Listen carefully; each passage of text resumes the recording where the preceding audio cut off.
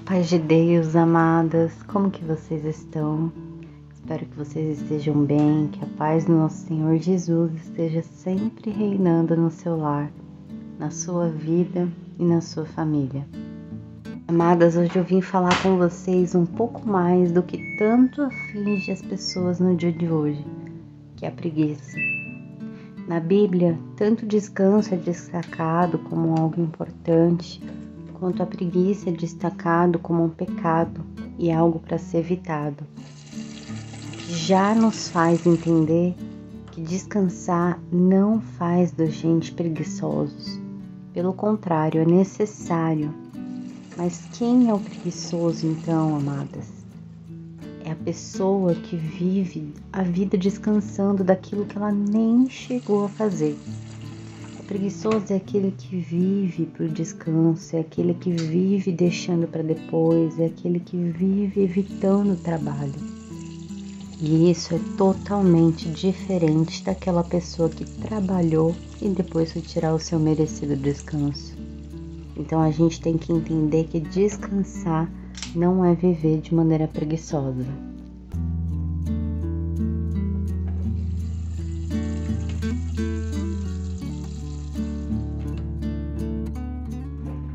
A preguiça, ela não é um pecado exclusivo do mundo de hoje em dia, porque senão ela não seria tão falada e destacada na Bíblia como ela é. A preguiça, ela é um pecado recorrente na vida das pessoas há muitas gerações e não acontece só de agora. A preguiça, ela aparece muitas vezes na Bíblia e sempre que aparece, diz que é um mal para ser evitado. Nunca vai existir um verso valorizando a preguiça e nem o preguiçoso. E quando a gente abre o livro de Provérbios, a gente encontra muitos alertas contra a preguiça.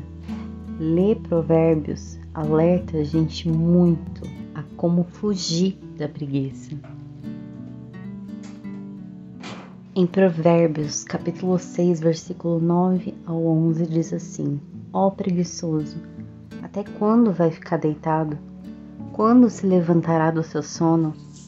Um pouco de sono, um breve cochilo, braços cruzados para descansar, e a sua pobreza virá como um ladrão, a miséria atacará como um homem armado. Esse provérbio, amadas, é como se fosse um chamado. Até quando você vai ficar dormindo? Isso vai te levar à miséria. A miséria vai chegar até você. E tantas vezes a gente lê esse versículo e a gente pensa só na miséria financeira. E realmente a preguiça, ela também nos conduz para a miséria financeira, para a falta dos bens materiais. Mas ela conduz a gente também para a miséria de relações, porque a gente vai ter preguiça de cultivar, para uma miséria diante de tudo que a gente poderia ter na nossa relação com o Senhor. Porque a gente vai ter preguiça de ler a Bíblia, de orar, de ter miséria interior, porque aí a gente não vai cuidar do nosso interior, do nosso emocional. Então quem vive de maneira preguiçosa, amadas, acaba vivendo de maneira miserável também. Gosto tanto do livro de Provérbios, amadas, porque são tantos versos que ajudam a gente a refletir sobre várias coisas. A gente encontra também no livro de Provérbios um convite ao preguiçoso para ele olhar para a formiga e como a formiga trabalha para ter. E é tão interessante que a formiga, ela é um animal tão minúsculo, tão pequeno. A gente só vê a formiga, a gente só presta atenção nela se ela está incomodando a gente na nossa casa, se ela está subindo nas nossas coisas, senão a gente nem dá importância para ela. Mas o preguiçoso, ele vive em tamanha miséria, amadas, que ele precisa aprender com esse animal tão pequeno, tão minúsculo, a como viver. A preguiça, ela só leva à destruição, amadas. Existem piadas no mundo sobre os preguiçosos, as pessoas brincam sobre quem tem preguiça, quem procrastina. Só que isso não é nada engraçado, porque de fato muitas vidas são arruinadas exatamente por esse pecado. Muitos sonhos não acontecem por causa desse pecado. Famílias são destruídas por causa desse pecado, pessoas não conseguem trabalhar e prover para os seus por causa desse pecado. Não vivem com zelo, com limpeza, com afinco, por causa desse pecado. Então, amadas, é importante que a gente trate a preguiça da forma que ela é, um pecado. Quem vive de maneira preguiçosa não consegue glorificar o Senhor da forma correta. Existem pessoas que se esquecem de orar e deita e só lembra de orar depois que deitou. Mas mesmo depois que lembrou, continua deitado com preguiça de levantar e orar para o nosso Pai. Então, amadas, quem vive de maneira preguiçosa não consegue cumprir o seu propósito aqui na terra. Não consegue viver intencionalmente para a glória de Deus e usar os seus dons, os seus talentos que recebeu do Senhor. Então a preguiça ela é uma árvore podre e ela gera diversos frutos podres. Por isso que é tão importante a gente arrancar ela da nossa vida. A preguiça também é uma forma só de pensar em si mesmo, amadas, e viver para o bem de si mesmo.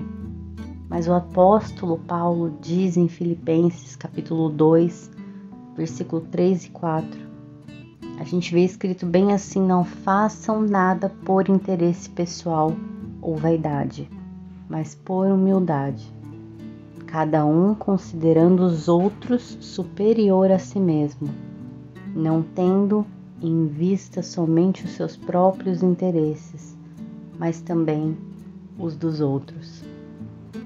Preguiçoso, quando ele vive cruzando os seus braços, tirando o seu cochilo, dormindo o tempo inteiro, ele está olhando para o interesse de quem, amadas?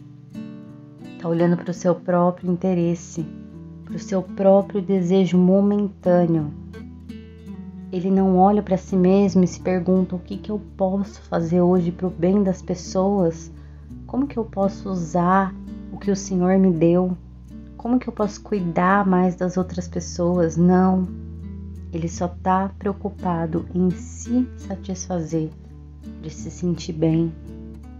Então o preguiçoso ele acaba vivendo para si mesmo, só para o que convém a ele, somente para o que agrada a ele, desperdiçando, amadas, oportunidades preciosas de glorificar a Deus, servindo as pessoas ao redor, amando as pessoas, cuidando das pessoas. Então, amadas, enquanto mais uma pessoa vive de maneira preguiçosa, mais ela está ignorando o chamado que ela recebeu do Senhor e a maneira que o Senhor quer que ela ande aqui na terra.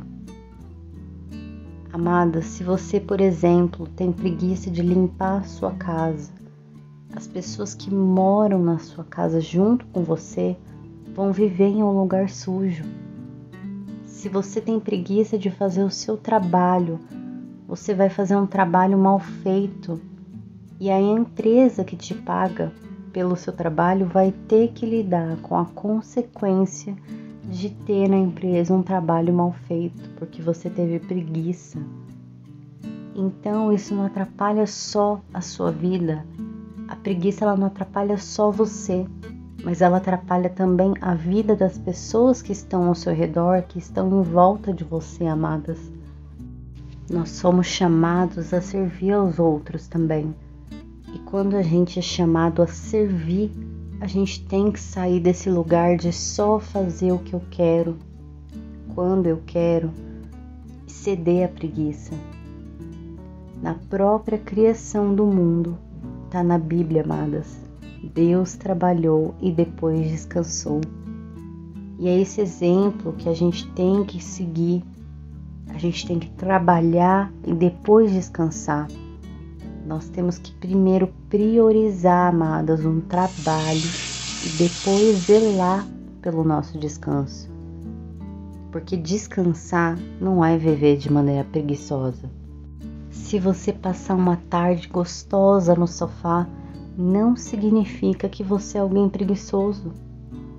Se você em todos os outros dias trabalhou com empenho, zelou pelas pessoas, zelou por aquilo que Deus te confiou nas suas mãos, então a nossa vida é só seguir essa ordem de trabalhar e depois descansar.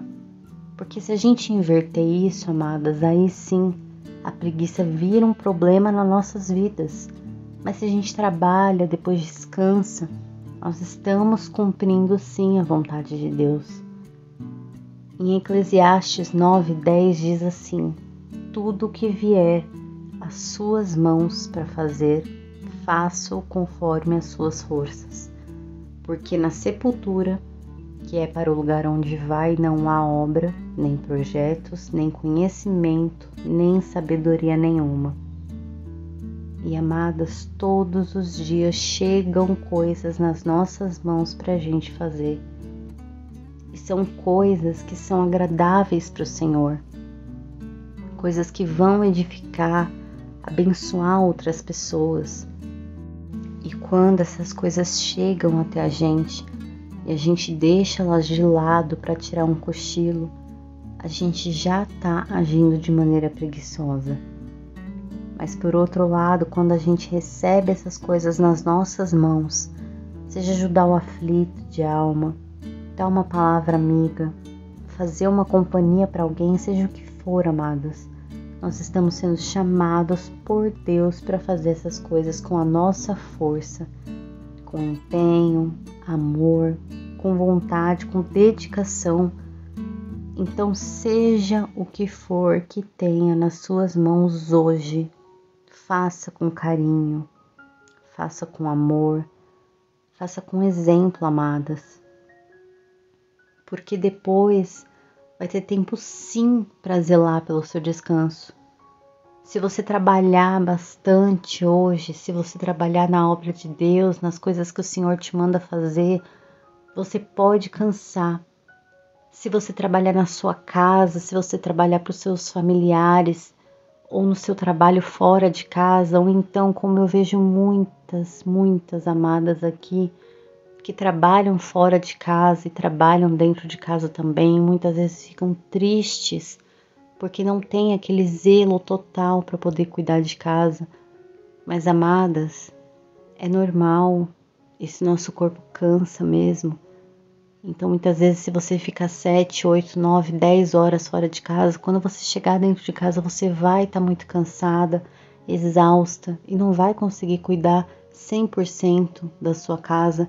Mas o que sobrar para você, o que você tiver forças de fazer, faça, amadas. Faça, porque quando for o tempo determinado por Deus para você fazer algo que Ele te der, você tem que fazer com a sua dedicação total. Mesmo que a sua dedicação já tenha ficado a metade no seu serviço fora de casa, se sobrar um pouquinho, se dedique também dentro da sua casa. Então já tem aí a diferença entre a preguiça e entre a falta de tempo de fazer.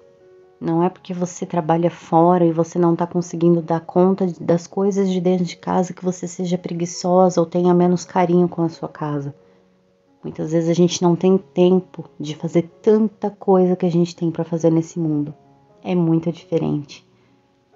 Mas no caso da preguiça, será que já não teve algo na sua vida que você deixou a preguiça de roubar?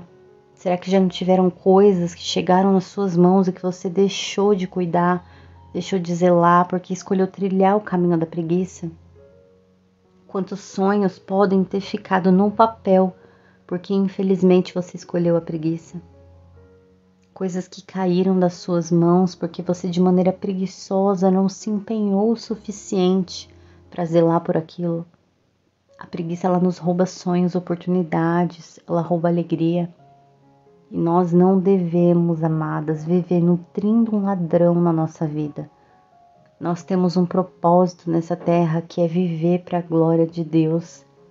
Nós só conseguimos encontrar contentamento, felicidade total quando a gente vive esse propósito, quando a gente vive para esse propósito. Quando nós vivemos com os olhos fixos em fazer tudo para a glória de Deus. Nosso propósito é que deve mover toda a forma que a gente vive, as nossas decisões, as nossas escolhas. E quando a gente não tem clareza que o nosso propósito é viver para a glória de Deus, a gente acaba tendo propósitos muito frágeis, porque eles acabam sendo baseados na gente mesmo e nas nossas vontades e desejos. E aí é muito fácil a gente acabar negociando eles e trocar de ser diligente com o nosso propósito por um cochilo. Mas, amadas, se o nosso propósito aqui nessa terra está firmado em Deus, está firmado na palavra de Deus, a gente não troca isso por um cochilo ou por preguiça. Ceder aos desejos momentâneos se torna muito mais difícil, amadas, com os olhos fixos na glória de Deus. A gente se afasta de todo pecado porque a gente fica atenta para zelar pelo que o Senhor colocou nas nossas mãos. Então, amadas, nós temos que viver pelo propósito de Deus, viver pelo propósito que Deus nos deu. Vamos viver atentas, amadas, zelando pelos nossos tesouros que o Senhor nos dá para zelar. Amadas, eu espero que tenham tirado algo de bom desse vídeo, do mesmo jeito que eu sempre tiro quando eu faço ele para vocês. Eu fico feliz com todo o carinho que eu recebo de vocês, porque pode ter certeza que é com todo carinho que eu sempre venho aqui e faço os vídeos, pensando em cada uma, em ajudar quem eu puder ajudar, em dar uma palavra para quem eu puder dar. Espero que Deus abençoe a todas vocês. Até o próximo vídeo.